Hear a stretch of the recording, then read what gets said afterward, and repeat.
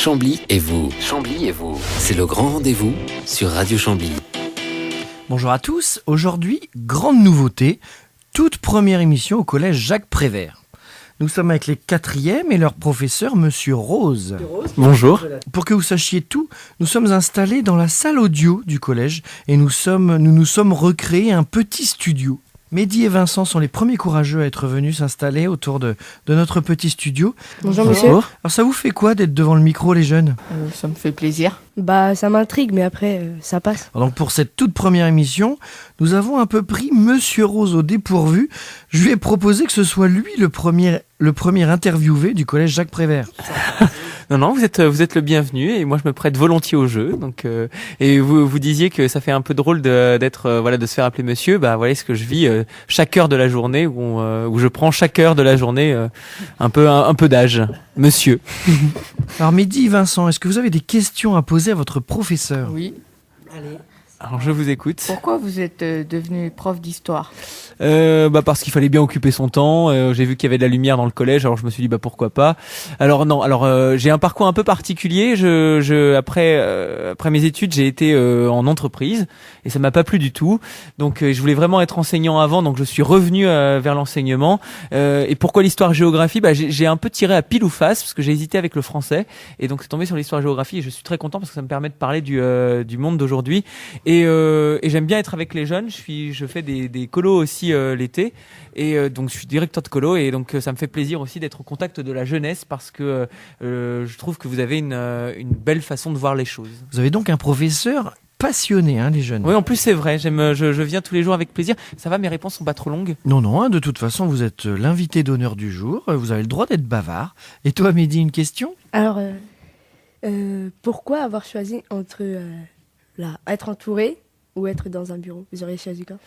Parce que justement dans un bureau je m'ennuyais. Alors j'étais en plus entouré de plein de monde. J'étais dans ce qu'on appelle un open space, c'est-à-dire qu'on est 20 personnes dans une pièce et on est derrière un ordinateur et on ne parle pas aux gens qui est à côté de soi.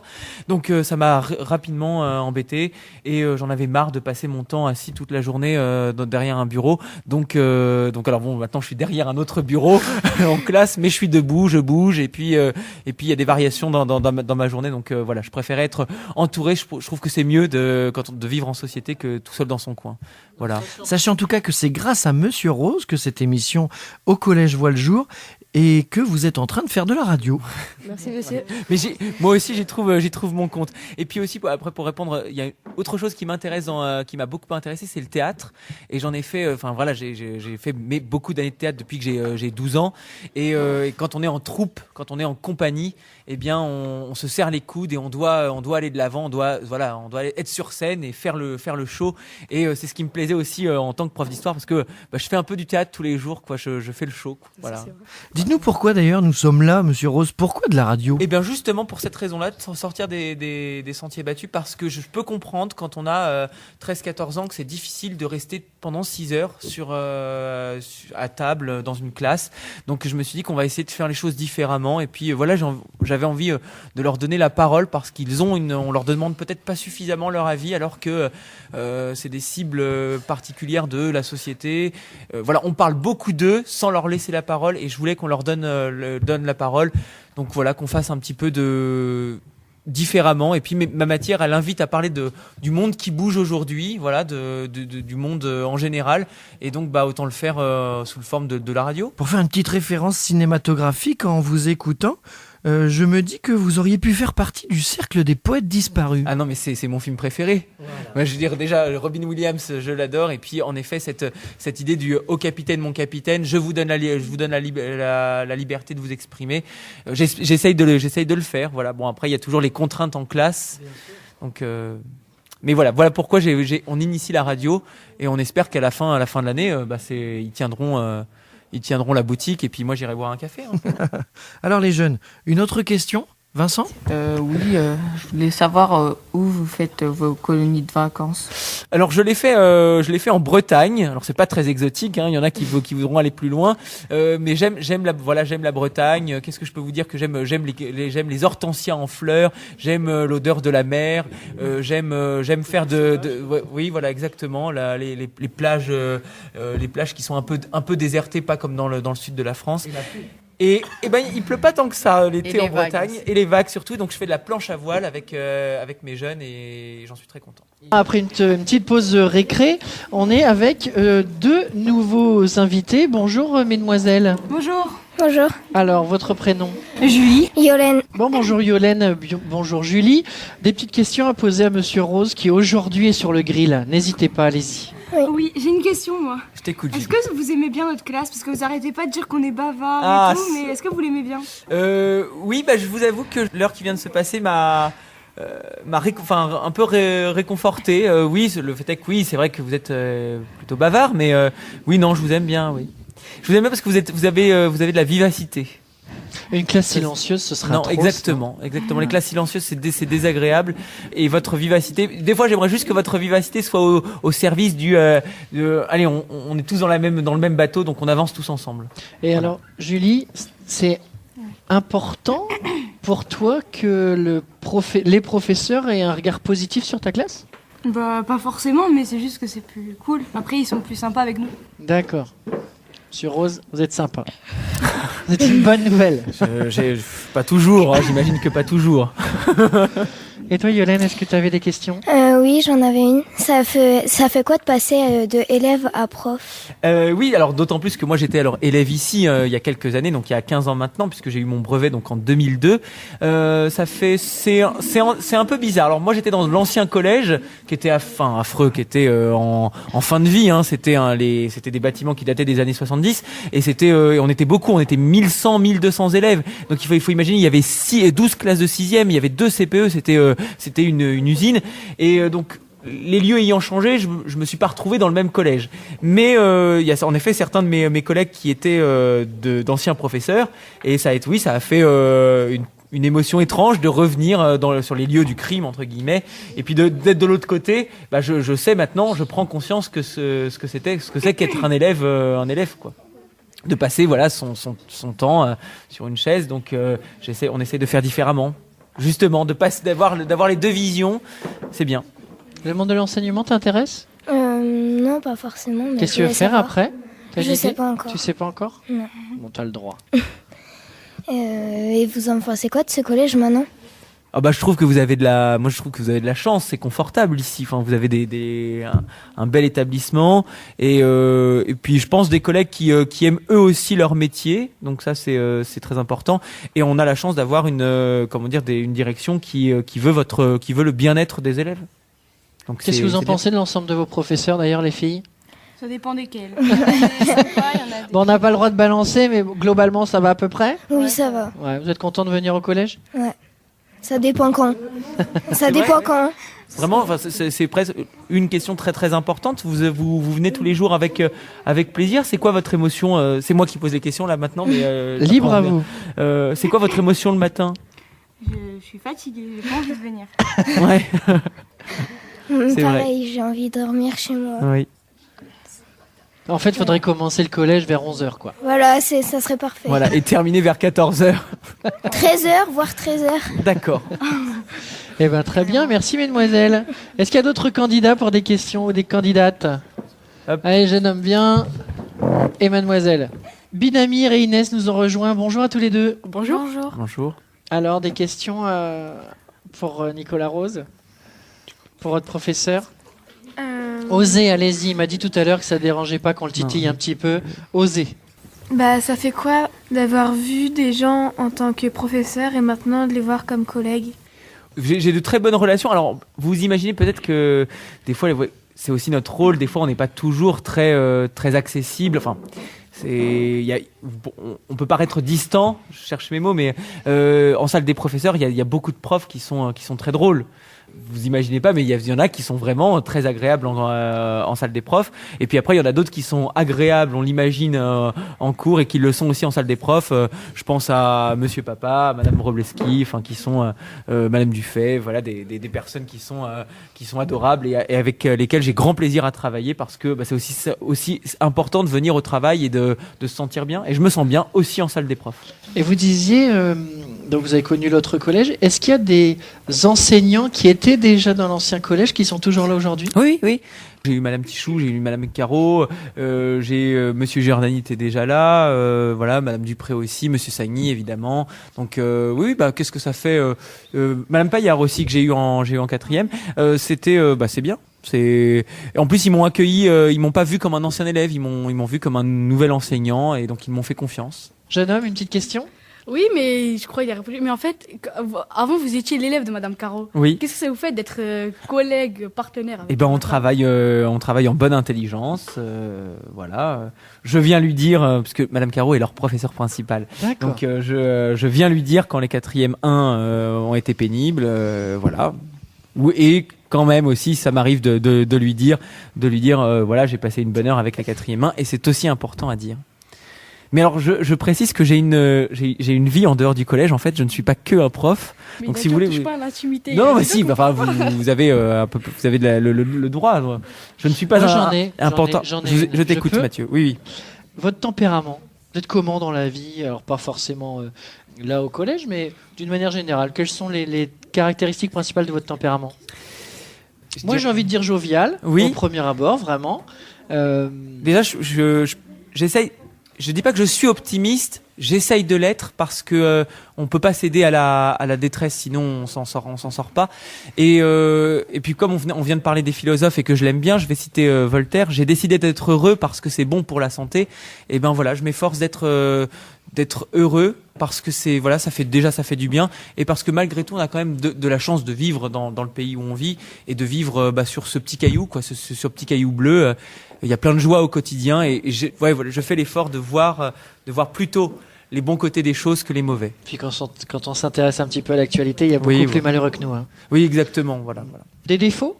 Je vais demander aux jeunes, tiens. Oui, je pense que c'est mieux de leur demander. Est-ce qu'il a des défauts? Quels défauts ressortent Alors bon, on est d'accord, vous n'avez pas le droit de leur faire payer après en classe. Non, bien sûr. Et je l'ai dit, ce qui est ici restera ici. Mais j'en ai, oui. Allez, vas-y, envoie le premier. J'ai une question. Envoie la première flèche. Vas-y. J'ai une question. Pourquoi parfois, en moins d'une demi-seconde, vous êtes sympa et vous venez de mettre à me crier dessus ou je sais pas pourquoi. Alors c'est peut-être parce que en une demi-seconde, on est passé du garçon sympa au garçon super casse-pied. Oui, peut-être aussi. Alors déjà, je remercie mes années de théâtre de passer d'une émotion à une autre. Et puis parce que on n'a pas une seule émotion en même temps. Il y en a plein qui arrivent. Donc ça peut être par exemple mon défaut qui est sous-entendu, c'est-à-dire que je passe peut-être d'un extrême à l'autre. Aussi, il y a un côté plus impressionnant. Qu'à un moment donné aussi, en me montrant plus impressionnant, vous êtes plus discipliné. Moi aussi, j'ai une question. Vas-y. Par rapport... Ils osent pas me dire les défauts que j'ai. Par rapport aux événements qu'il y a eu, c'est quoi votre ressenti ?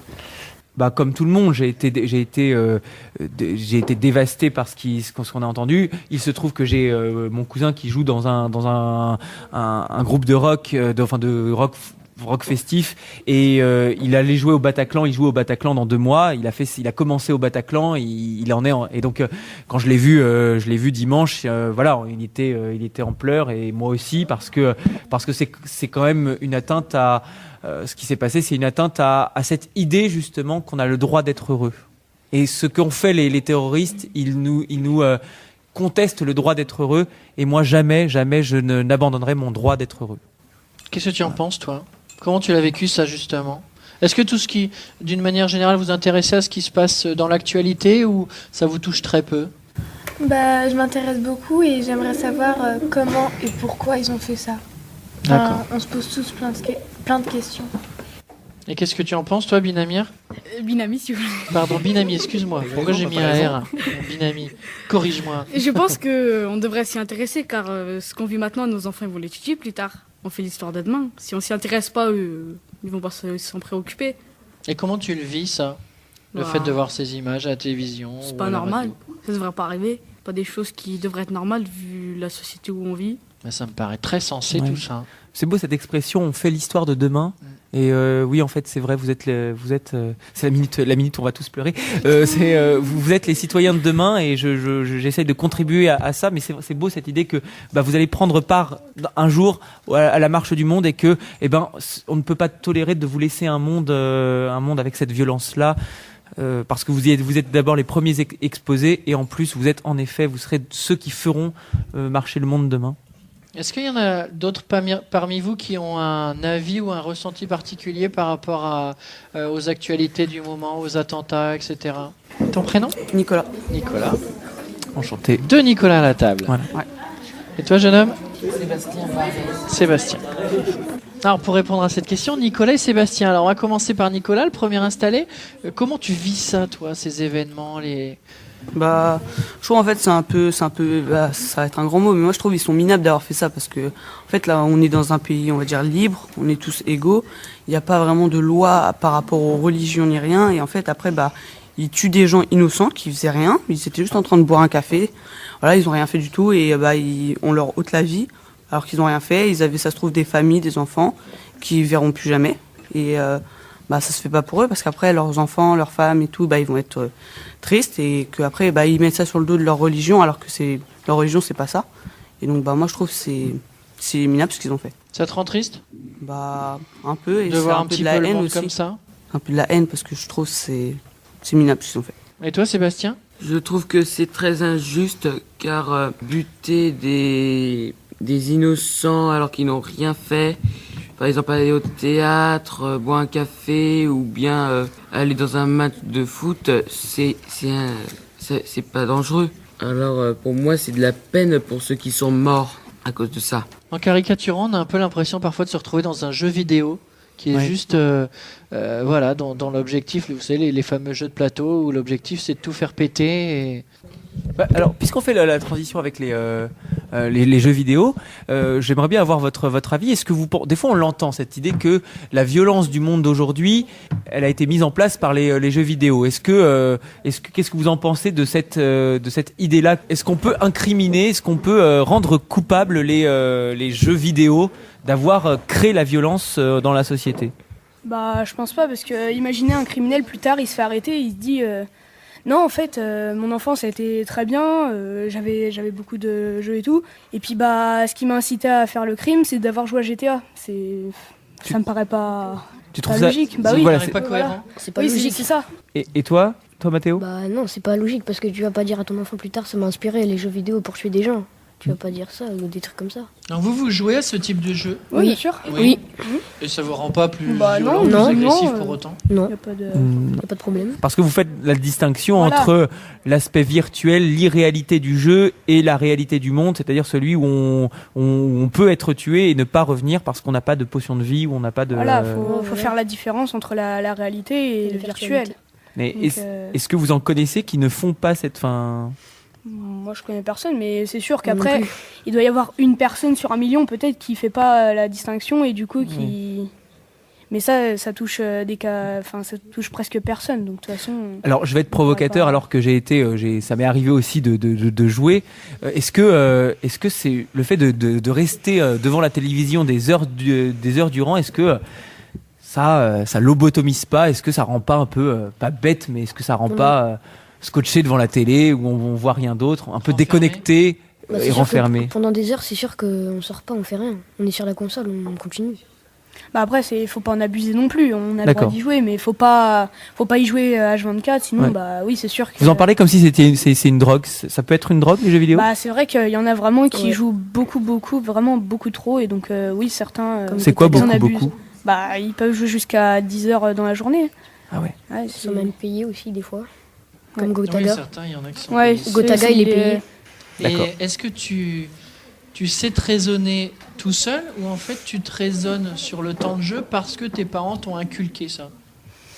Au début, c'est vrai que je joue un peu, mais je joue un peu plus, mais maintenant ça va mieux parce que je sais que j'ai des trucs à faire. Par exemple, j'ai mes devoirs et tout, donc faut que j'arrête à un moment et donc après faut essayer de faire la juste part des Voilà, choses. c'est ça. D'accord.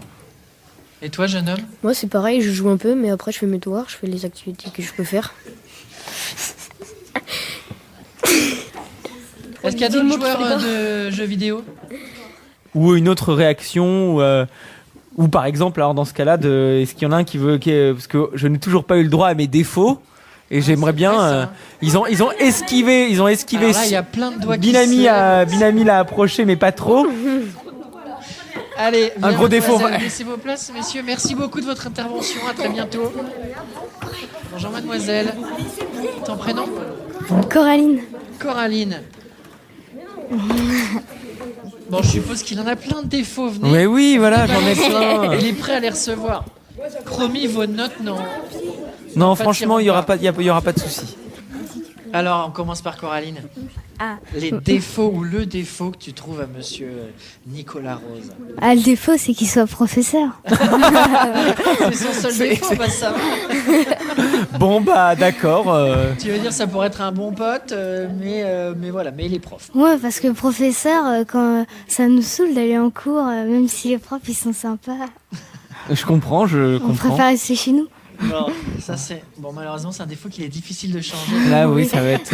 Je veux bien écrire à Madame la Ministre, mais ça va être compliqué quand même de changer ça. Et toi, Clémence, qu'est-ce que tu en penses ? En fait, son défaut, c'est que des fois, il part sur une idée, ou alors il l'inverse, et il parle totalement vite, qu'on comprend rien de ce qu'il dit. Oui, c'est vrai. Ça, je me reconnais bien. Je peux parfois être pris par ma propre pensée et aller vite.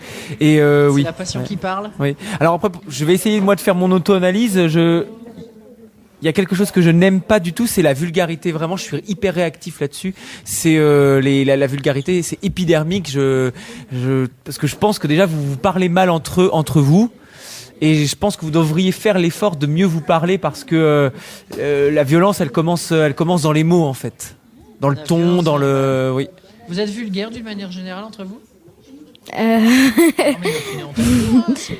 Voilà.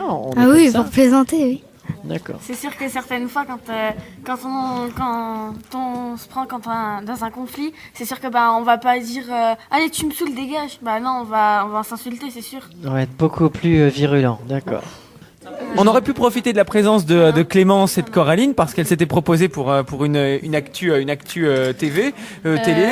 Alors qu'est-ce qu'on peut faire de l'actualité à la télévision parce que il y en a eu une grosse, mais est-ce que justement les attentats n'ont pas tout camouflé Bah si, il n'y a pas eu la finale de Secret Story. Ah oui, j'ai cru comprendre que c'était compliqué. Ça, c'était la catastrophe, ça. Ça, c'est sûr. En fait, pratiquement plein de fans ont posté sur Twitter, enfin sur partout dans tous les réseaux, qu'ils étaient vraiment déçus de la finale, de ne pas l'avoir diffusée, même si on sait que le gagnant c'est Émilie.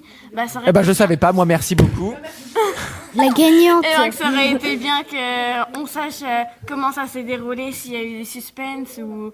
Enfin, vraiment voir le ressenti. Là, on n'a même pas pu voir. On sait juste sur les tweets que c'est Émilie la gagnante. Qu'est-ce que vous aimez dans cette émission-là ? Tout. C'est bien parce qu'en fait, c'est pas ennuyant. Il y a du punch et puis, c'est marrant parce que des fois, en fait, il y a des engueulades. C'est pas une vieille émission qu'on va regarder là pendant 3 heures et se dire à la fin, en fait, que ça ne surprend pas. On sait pas ce qui s'est passé alors que là, on sait jamais ce qui va se passer, sachant qu'en plus, des fois, c'est en direct. Et que répondriez-vous à ceux qui disent que c'est un peu du voyeurisme ? C'est un peu s'immiscer dans la vie des gens, de décortiquer, de savoir qui ils sont, comment ils sont, etc. C'est pas. Vous aimeriez que ce soit vous ? Ah oui. C'est vrai ? Oui. Donc vous aimeriez être enfermé dans une boîte pendant 1 mois sous le regard de 40 caméras. Ouais. Oui. Et plusieurs millions de téléspectateurs. C'est fou ça. ouais. D'accord. Pourquoi ? Parce que ce serait une expérience à vivre et puis ça pourra pas se passer plus d'une fois dans la vie et il faut le faire, il faut profiter de la vie. Est-ce que c'est le côté quand on sort on est une célébrité ou presque ? Ah oui.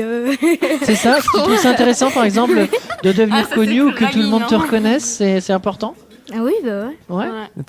Mais oui, ça s'appelle télé-réalité, mais ça n'a rien de la réalité. C'est des gens qui sont enfermés dans une maison et ils ne peuvent pas en sortir. Et en plus, on prend des gens qui ne représentent même pas toute la. Oui, ils sont tous jeunes et beaux. Alors que la société, elle a des personnes âgées, elle a des moches, elle a des. Enfin voilà. C'est ça aussi la réalité de la société. Or, la télé-réalité n'est pas du tout réelle. C'est pas une situation réelle de se retrouver enfermé dans une maison avec des inconnus. Et parfois, en plus, apparemment, moi j'ai lu que pour certains, presque on leur invente des secrets. Vous répondez à quoi ça ? C'est vrai que certains en abusent et qu'ils mentent, mais après, plus de la moitié, non, c'est des vrais secrets. Bah moi je m'en fiche. Bah oui, mais en fait. comment, Le temps que je- comment vous Regardez savez, que Sma, elle mais a comment vous inventé, savez que ce elle sont des vrais connaissait secrets? Si on vous fait croire que ce sont de vrais secrets, ça se trouve c'est des Mais non, secrets parce qu'on peut complètement les inventés. savoir avec tous les tweets qu'il y a, toutes les informations qu'on peut avoir sur Internet, et ben on sait directement si c'est du vrai ou si c'est du faux. Elle dit n'importe quoi. Mais c'est bien d'avoir non mais vous avez le droit de penser différemment. C'est ça qui est intéressant en fait. Ça permet de débattre. Toi, tu penses que ce sont pas des vrais secrets, mais ça tant pis, c'est pas grave. Oh bah moi le temps que j'ai quelque chose. Tant qu'il y a un secret, quoi. Ouais, tant qu'il y a quelque chose. Mais alors en plus, est-ce que vous voyez, enfin, il y a un peu une contradiction à vouloir avoir des secrets et en même temps les exposer à des millions de spectateurs. On ne peut pas avoir de secrets face à des millions de spectateurs. Bah, c'est sûr qu'on va pas choisir un secret qui nous hante. C'est sûr qu'on va pas prendre le pire secret de notre vie. Bah si c'est pas intime, bah, Oui, c'est bon. mais hein. oui. D'accord. Bon, bah très bien. Bah. D'accord. C'est Et donc intéressant. vous avez envie de faire une chronique un peu télé régulière. Bah ouais, Ça vous intéresse ça? D'accord. Bah nous on est preneurs. Hein. Vous venez quand vous voulez. On parle de ce que vous voulez quand vous voulez. Merci. Merci pour cette bonne volonté. Qui a envie de parler de télévision? Allez, viens jeune homme. Tu viens? Nous Mademoiselle. rendons l'automne. Vincent, il a fait tomber la veste. Voilà. Il arrive en chemise. Vincent, le retour. Il apprécie le micro, ça fait plaisir. C'est Ça ça. c'est bien. Et Ariane, bonjour Ariane. Bonsoir. Tu regardes beaucoup la télé? Oui, beaucoup. C'est vrai? Trop à ton avis ou c'est jamais assez? C'est jamais assez. Qu'est-ce que tu regardes? Des émissions de télé-réalité, et des films des fois. Tu trouves ça enrichissant la télé-réalité? J'aime bien, mais Pour quelle raison en fait? Parce que ça te procure des émotions? Parce que tu te dis oh, ils sont bizarres? Ou parce que oh, bah, j'aimerais bien être comme ça? Pour quelle raison tu aimes ça? j'aimerais bien être comme ça. Et parce que j'aime bien. D'accord. Et les films, quel style de film tu regardes? Des films d'horreur. Ah oui? Ouais. T'as été voir Crimson Peak? Non, j'ai vu j'ai vu Evil Dead, Oui. Gallo et d'autres films aussi. Tu aimes ça pourquoi? Justement parce que ça fait peur? Oui. T'aimes avoir peur? Des fois. D'accord. Et toi, monsieur Vincent? Moi, j'aime bien regarder plus. Des fois, je regarde la télé-réalité, mais j'aime plus regarder quand on parle de sport, comme le matin. Je regarde souvent l'équipe 21, l'Expresso sur Beansport et voilà. D'accord. Toi, t'es un grand fan de sport? Oui. Bon. Et mon petit doigt m'a dit, mon petit doigt qui s'appelle Nicolas, que tu serais partant pour une petite chronique sport. Oui. Bon, et ben On nous, t'écoute. on prend aussi. Qu'est-ce qui est important ces derniers temps à retenir dans l'actualité sportive? La mort d'un grand rugbyman, Ouais. Jonah Lomu, un ancien des All Blacks qui est mort d'une maladie rénale. Il a fait une crise cardiaque, donc ça c'est très important. Ça a touché l'équipe et je pense qu'il faudrait plus en parler parce que j'en ai entendu que parler sur l'équipe 21 et pas sur les autres chaînes. Ça fait certainement encore partie des informations qui malheureusement passent un petit peu ou en partie à la trappe à cause de l'actualité des attentats, des massacres de ces derniers temps. C'est vrai que sinon, certainement, quand il se passe des choses comme ça, par exemple, parfois il y a des footballeurs aussi qui ont des attaques, ils font des sujets assez importants sur peut-être le surmenage sportif ou ce que certains prennent pour rester en forme. Peut-être qu'ils auraient développé davantage. Est-ce qu'il y a d'autres sujets? Oui, le match en Turquie qui devait avoir une minute de silence, ils l'ont fait mais elle n'a pas été respectée. Je trouve ça injuste. Et Ça, tout, c'est des... tout le monde a été choqué. Ça touche aux convictions religieuses peut-être ou Oui. à la condamnation des attentats. Ouais. Toi aussi ça te choque? Ah oui, parce que quand même là, il y a eu plein de morts et il faut respecter. Autre chose? Oui, sur le tennis, sur la victoire de Rafael Nadal. Sur Andy Murray? Oui. D'accord. C'était un Rafael Nadal qui était dans le noir pendant quelques années et là qui a choqué la population en battant le numéro 2 mondial. Surtout moi, je connais très bien Rafael Nadal et ça m'a surpris sa victoire. Tu connais Rafael Nadal? Oui. Son parcours, tu veux dire, ou tu le connais? Oui, je connais son parcours. Bon, très bien. Tout ça, c'est intéressant. C'est vrai que tu es très au fait de l'actualité. Et tout ça sans papier. Et tout ça Vraiment, sans papier, c'est vrai. C'est beau. Bravo, c'est bien. C'est important de suivre l'actualité, quelle qu'elle soit. Je parlais de la France face à l'Angleterre. Oui. On a vu là, la minute de silence a été respectée. Les Anglais nous ont très bien accueillis avec le stade de Wembley en bleu, blanc, rouge. Et les Anglais ont même réussi à chanter la Marseillaise en français. Ça, c'était vraiment très touchant. Mais après, le match, il était très mou de la part des Français. Et c'est pour ça, moi, je vais te dire franchement, j'ai changé de chaîne. J'ai regardé 20 minutes. J'ai changé, c'était trop mou. D'accord. Après, la victoire des Anglais, donc 2-0. But de Ali sur frappe en pleine lucarne gauche. Ouais. Et un but de Rooney sur centre à ras de terre. Une reprise de volée. D'accord, les Anglais qui nous ont battus 2-0. Bon, écoute, tout ça, c'est vraiment intéressant. Tu reviens quand tu veux nous parler de sport. Merci beaucoup à tous les deux. Des cinéphiles maintenant, Mehdi et Julie. Coucou, recoucou. Recoucou, monsieur. Allez, je vais laisser Nicolas Rose vous interviewer sur... Oui, alors qu'est-ce que vous avez été voir derrière? Surtout qu'on a un nouveau cinéma maintenant, on a un cinéma à Chambly. Vous avez un cinéma à Chambly. Il paraît qu'il est très grand, je ne l'ai pas encore vu. Alors qu'est-ce que vous pouvez m'en dire et qu'est-ce que vous y avez vu Je suis pas allé, moi. D'accord, merci Julie. C'était la chronique cinéma. Mehdi. En fait, pour la ville de Chambly, c'est un bon projet.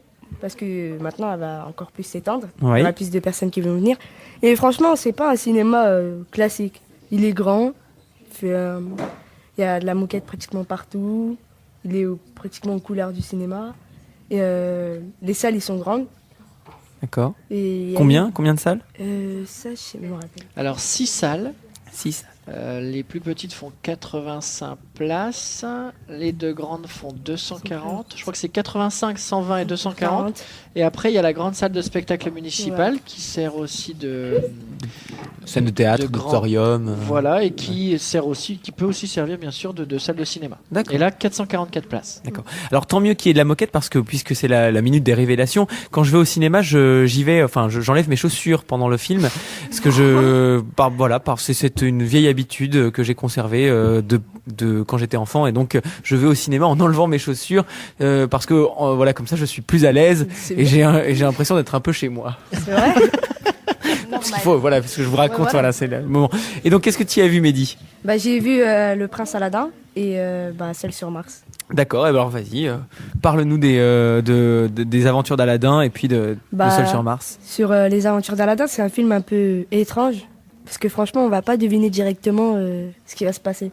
Parce qu'en fait, c'est un peu l'histoire d'une personne qui en fait fait croire à sa famille qu'il a un grand métier, mais en fait, pas du tout. Et c'est comme il fait Papa Noël à Galerie Lafayette. Oui. Et en fait, il va raconter l'histoire des aventures d'Aladin à des enfants, en changeant quelques trucs. Et donc, à la fin, au moment où il parle, on illustre à chaque fois le film. D'accord. Et voilà. Et donc, Seul sur Mars, c'est vraiment un bon film, je vous conseille d'aller le voir. Vas-y. Et en fait, c'est un groupe d'astronautes qui sont en colonisation sur Mars. Et en fait, à la fin, il y a un incident. Ils sont 5 et il y a 4 astronautes qui arrivent à s'en tirer. Mais le dernier, il reste bloqué dans la capsule. Donc ils reviennent sur Terre et ils cherchent comment le faire sortir. Et lui, en fait, il se filme au fur et à mesure des jours. Et puis il arrive à cultiver sur Mars. Et donc voilà, ça montre le progrès de la science au niveau interplanétaire. D'accord. Alors il y a eu beaucoup de films sur ce sujet-là, Interstellar, Gravity, sur cette conquête de l'espace. Est-ce que vous y croyez? Qu'est-ce que vous en pensez? Vous, est-ce qu'un jour, l'humanité, elle pourra mettre le pied sur Mars, vraiment? C'est un projet à soutenir. Enfin, c'est pas. Pourquoi ce serait un projet à soutenir? Parce que ça permettrait aussi, si vraiment ça pourrait marcher, ça permettrait aussi un peu de vider la Terre. Ah oui. De reposer les villes, tout ça. Oui, oui, voilà, parce que. L'humanité fatigue la planète. Peu à peu la planète. Il faudra peut-être justement penser à arrêter de la fatiguer. C'est vrai. Mais oui, en effet, ça pourrait être une solution. Ouais. Et toi, Julie, qu'est-ce que tu as été voir récemment? Le Labyrinthe 2. D'accord. Approche un petit peu le micro. Alors, c'est un film d'horreur, ça, non? Non. Non. Non. On ne peut pas compter. Parle-nous un petit peu. Il y a eu le labyrinthe 1 où ils sont coincés dans un labyrinthe quand ils étaient petits. Et ils sont coincés dans un labyrinthe et ils doivent trouver la sortie. Et à la fin, ils la trouvent. Et dans le labyrinthe 2, on voit que tout le monde de l'extérieur, il a été cramé, il n'y a plus rien. Donc du coup, eux, ils sont dehors, mais ils doivent s'en sortir. Et voilà, c'est un peu dur. C'est ce style de film que tu recherches? Non, moi je préfère les films d'horreur. D'accord, film d'horreur aussi. Comme Très quoi Julie, tu aimes les films d'horreur? Non, pardon. C'était une référence à Scream, de ma génération, pardon. Je sais. Ça a été celui qui a marqué notre génération, d'ailleurs, très on certainement. Avec les Ghostbusters. Ouais. Avec Ghostbusters, évidemment. C'était un vrai film. Pour le cinéma, qu'est-ce que ça te procure comme émotion? C'est trop bien. Je préfère ça que regarder des films chez moi parce que on est dans le noir, c'est mieux. Merci les cinéphiles. D'autres cinéphiles? Allez, viens. Voilà, c'est Coraline et Inès qui nous ont rejoints pour suite de cette, on peut dire, chronique ciné. Exactement. Voilà, de nouvelles cinéphiles. Donc tu as été voir le dernier Chasseur de sorcières. Oui. Donnez-nous envie d'aller le voir, parce que moi je l'ai pas vu. Bah, il y a Vin Diesel comme acteur principal. Ouais, c'est un bon argument. C'est un très Je bon comprends argument. que ce soit un bon argument. Il y a de l'action, un peu de suspense avec de l'intrigue et c'est bien. C'est un bon scénario? Ouais. Ouais, il y a des choses où on s'y attendait pas. Pourquoi vous aimez le cinéma? Bah, c'est bien. Un divertissement. Et par exemple, quand on est énervé ou qu'on n'a rien à faire, et ça nous déplaît pas de regarder un film ou quoi que ce soit. Bah, c'est plus grand, j'aime bien. Est-ce qu'il y a des films, par exemple, qui vous ont beaucoup touché depuis que vous allez au cinéma? Votre film préféré, c'est quoi? Titanic. Titanic. Et ben moi aussi. Ouais, moi, je sais pas trop, j'aime tout. T'aimes tout, toi? Et Surtout les films d'horreur. Ah ben c'est marrant ça, la jeunesse Ouais. aime les films d'horreur. Ouais. Vous avez besoin de vous sentir secoué, Bah, apeuré? moi, j'ai jamais peur. Ah, t'as jamais peur, d'accord. Bien sûr, moi j'ai peur, je dors avec une lumière. Alors Inès vient nous révéler qu'elle dormait avec une veilleuse. C'est quand même pas mal. Hein. Alors tu as peur assez facilement, mais tu cherches à aller voir des films d'horreur? En fait, c'est pas ça, c'est que quand j'entends des bruits dans ma chambre, j'essaye de me dire que c'est le radiateur ou l'eau ou les escaliers, je sais pas. Et des fois, ça a rien à voir avec le radiateur, alors j'allume pour voir. Ça peut aussi être des gentils monstres, comme dans Monstres et compagnie. Ou pas. Non, moi, j'allume pas, je me cache sous ma couverture et je fais un Voilà, petit c'est trou pour pire. respirer. Mais c'est bien de l'avouer en tout cas, c'est tout à votre honneur, c'est bien. Et c'est vrai que le cinéma, ça permet aussi de vivre d'autres vies. Et oui, et alors c'est étrange parce que j'avais orienté quelques questions sur la peur. Parce que en fait ça revient. Voilà, vous êtes 3-4 là déjà à avoir exprimé la peur et l'idée que non seulement il y a des choses qui vous font peur et j'aimerais bien savoir quoi, et que en effet vous recherchez la peur. Pourquoi on aime se faire peur, ce qui est mon cas aussi. Alors là, de quoi vous avez peur? Alors j'attends pas forcément les araignées, mais quoique peut-être. Mais de quoi vous auriez peur? Des fantômes. Tu as vraiment peur des fantômes, Coraline? Ouais. D'accord. Moi j'ai peur des esprits ou des trucs comme ça. Enfin, je sais même pas de quoi j'ai peur. Du coup, c'est dur. Je ne sais pas de quoi j'ai peur. Ça, Vous c'est pensez intéressant. qu'il peut y avoir dans notre environnement des esprits bénéfiques ou maléfiques? Bien sûr. Je sais pas. J'y crois pas trop, mais bon. Des fois, j'arrive pas à me dire ce que c'est, du coup, je me dis que c'est ça. Mais mes parents, pour me rassurer, ils me disent qu'il n'y a pas d'esprits méchants, il n'y en a que des gentils. D'accord. Et dans l'Assemblée, est-ce que vous avez envie de partager une peur? De quoi? Ce sera un peu la question générale. De quoi la jeunesse a-t-elle peur aujourd'hui? Vincent? Peur des zombies, d'accord. Ah oui, j'ai peur, moi. Mehdi? Des esprits plus ou moins frappeurs, d'accord. Sébastien? Des clowns tueurs. Ça n'arrive pas souvent, ça, on espère. Des criminels, oui. Et moi, des Wendigo. Donc vous avez quand même peur de quelque chose, c'est ça, vous avez peur de quelque chose. Qu'est-ce que c'est les Wendigo? En fait, je regarde beaucoup de youtubeurs et au bout d'un moment, il y en a un qui a joué à un jeu. Et c'est des monstres, un peu comme Gollum, et qui sont plus forts et plus grands. Et s'ils te voient un truc bouger, ils te mangent. C'est des cannibales et il faut pas bouger. Et comment vous faites Moi, je pour suis combattre la peur? Ça se combat la peur, comment vous faites? On n'y croit pas. Alors, on a entendu Inès qui nous disait qu'elle essayait de rationaliser, c'est les escaliers, c'est la porte, c'est le radiateur. Elle essaye de revenir à la raison. Comment toi, Coraline, tu fais pour combattre la peur? Ça dépend où. Bah, dis-nous. Elle a dit tout à l'heure, elle se cachait sous sa couette. Ah oui, c'est vrai, tu te caches sous ta couette, Oui, c'est vrai. mais comme je suis dans ma chambre et j'ai un Coran dessous de mon oreiller, j'ai pas trop peur. T'as un quoi? Un Coran sous mon oreiller. T'as un Coran sous ton oreiller et ça t'évite d'avoir peur? Oui, parce que ça protège. D'accord. C'est intéressant. C'est le fait d'avoir le Coran ou c'est le fait de l'avoir lu qui te rend plus forte? Non, je l'ai sous mon oreiller. D'accord. Donc il aurait un pouvoir un peu magique alors. Ah oui. D'accord. Et vous autres, vous faites comment pour combattre la peur? Sébastien, comment tu fais pour combattre ta peur des clowns tueurs? Je regarde pas ces films là. Oui, c'est une bonne solution. Nicolas? On la quoi? En la confrontant. On l'affronte. Alors attends. Le mieux c'est encore que tu viennes. Est-ce que vous voulez bien lui laisser votre place? Non. Je parle trop, hein, Mathieu, je suis désolé. C'est très simple. Changez rien. Qui d'autre? Allez, viens. Justement, comment tu fais pour combattre ta timidité, Laura? Allez, viens nous en parler. Allez, viens. Viens. On est en famille là. Laura. Bon. Laura. Elle veut pas. On force pas, c'est pas grave. On force pas. Nicolas. T'as vu, en tout cas, tout le monde a envie de t'entendre, hein. Parce qu'au final, peut-être que tu vois, il y a d'autres timides qui n'osent pas le dire, et peut-être que là, tu pourrais porter le fait de combattre la timidité. Là, t'as peut-être peur d'être exposé. Comment tu fais pour combattre là maintenant? T'as peur Eh ben, t'y vas pas. C'est en effet le meilleur moyen. Courage, fuyons. Et je rends la parole parce que je la monopolise, mais ça, c'est l'autre défaut du prof. Il parle beaucoup trop. Moi, je trouve ça très bien. Ne changez rien. Bon, alors, est-ce que vous êtes peureux, vous tous les deux? Pas trop. Bon.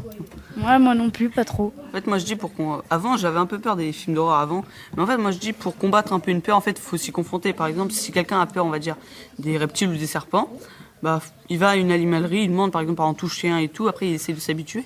Après, la peur elle passe toute seule. Mais avant, j'aimais pas du tout regarder des films d'horreur, et bah maintenant, je vais avec des amis, on va au ciné, on va chez des potes et on regarde des films d'horreur tout le temps. Donc, parce qu'il y a avoir peur et être phobique. Ouais. Ah, une peur peut-être peut se combattre. Une phobie, c'est peut-être beaucoup plus compliqué. C'est difficile de demander, par exemple, à quelqu'un qui est phobique qui a une phobie des serpents, d'aller toucher un serpent parce que pour lui, en fait, c'est juste purement impossible. Mais c'est possible. Il y a des gens qui combattent leur phobie en faisant ça. Donc toi, tu es plutôt de ceux qui ont du courage et qui disent affrontons. Ouais. Et je vais me permettre de faire une toute petite minute culturelle. Attention, c'est à la radio, la minute culturelle. Il existe une société, une tribu amérindienne qui justement combat ses peurs par les rêves. Tous les matins, ils se racontent leurs rêves et quand il y en a un parmi eux qui a eu peur dans son rêve, eh bien il a la mission d'aller combattre son danger. Par exemple, s'il a eu peur d'un ours ou d'un animal un peu sauvage, eh bien il doit aller à la rencontre dans son rêve de cet animal pour le confronter, pour le combattre. D'accord, mais pas dans la réalité. Mais pas dans la réalité. D'accord, parce que sinon il est sûr de plus rêver jamais. Ouais, c'est ça. D'accord. Donc voilà, on sait combattre le danger par le rêve. Je trouve ça beau. Bon. Et toi, jeune homme, rappelle-moi ton prénom. Johan. Bon, est-ce que t'es peureux, toi, Johan? Non, pas trop. Non. Et qu'est-ce que tu conseillerais ou qu'est-ce que tu fais quand tu as peur pour combattre ces peurs? Ou qu'est-ce que tu conseillerais à ceux qui ont peur de faire? Bah, il faut penser à autre chose. Enfin, dès qu'on a peur, il faut penser à autre chose. Et bah voilà. C'était le conseil de Johan. Voilà. Moi, je trouve ça très sympathique. D'accord. J'avais vu une fois à la télé qu'il y a des personnes qui étaient vraiment phobiques, mais vraiment beaucoup des choses qu'on voit pratiquement tous les jours dans la vie. Par exemple, il y a des gens qui ont la phobie d'autres gens. J'avais vu un truc dans le genre. Et donc, bah, en fait, c'est pas possible de vivre comme ça. Ah, une personne. Non, c'est vrai. Non, j'avais vu ça à la télé. Et en fait, par l'hypnose, et ben en fait, ils leur enlèvent leur phobie. J'avais vu. Moi, je trouve que c'est pas mal d'arriver à enlever une phobie par l'hypnose. Oui, après, ça dépend de la réceptivité des personnes. C'est vrai que l'hypnose peut résorber beaucoup de choses. Elle peut, par exemple, empêcher ou faire arrêter de fumer. Elle peut vraiment beaucoup aider. D'accord. Et alors, c'est l'autre minute, là c'est la minute vocabulaire, on parle de phobie, j'en ai une à vous, j'ai un mot étrange à vous proposer, c'est la peur des vendredis 13. Donc les attentats ont eu lieu un vendredi 13, certains ont crié au complot et avec l'idée superstitieuse que le vendredi 13 ce serait forcément malchanceux. Eh bien il y a des gens qui ont peur des vendredis 13, et alors attention, ça s'appelle la paraskevidécatriaphobie. Je le redis, paraskevidécatriaphobie. Ce sont les gens qui ont peur des vendredis 13, et ça existe. Incroyable. Voilà. Mais ça détrône anticonstitutionnellement en tant que mot le plus. Eh ben pas encore. Pas encore, mais on s'en approche. En tout cas, c'est très difficile à prononcer. Je me suis exercé hier. D'accord. Eh ben merci de nous en faire profiter. J'avais entendu tout à l'heure, il y a des amateurs ou des personnes qui écrivent un peu soit des chansons, de la poésie. Est-ce que ça vous branche de venir en parler un petit peu ? Et ce d'autant plus qu'ils osent pas le dire, mais en français avec Monsieur Razak, ils ont, je crois, travaillé sur des textes. Vous avez fait une chanson, et comment se fait-il qu'on ne l'entende pas ? Parce qu'on l'a pas fini. Un petit. Il y a personne qui se souvient au moins du refrain ? Ce serait peut-être l'occasion, non ? Eh ben, je vous propose que ce soit la minute finale, ce beau refrain. D'accord ? Allez. Vous venez tous autour des micros ? Venez. Vous allez nous chanter le refrain de votre chanson ? On vous entend bien. Alors, vous êtes prêts pour le refrain de cette fameuse chanson ? 1, 2, 3. Ma douce France, je t'adresse cette chanson d'amour et d'espérance. Eh bien, un grand merci, bravo. C'était super sympa cette grande première. On était avec les 4e du collège et Nicolas Rose. Merci Nicolas. Merci beaucoup Mathieu. À une prochaine fois. Et j'en profite pour dire que je suis donc très fier des 4e 1. L'avant-match, un rendez-vous à réécouter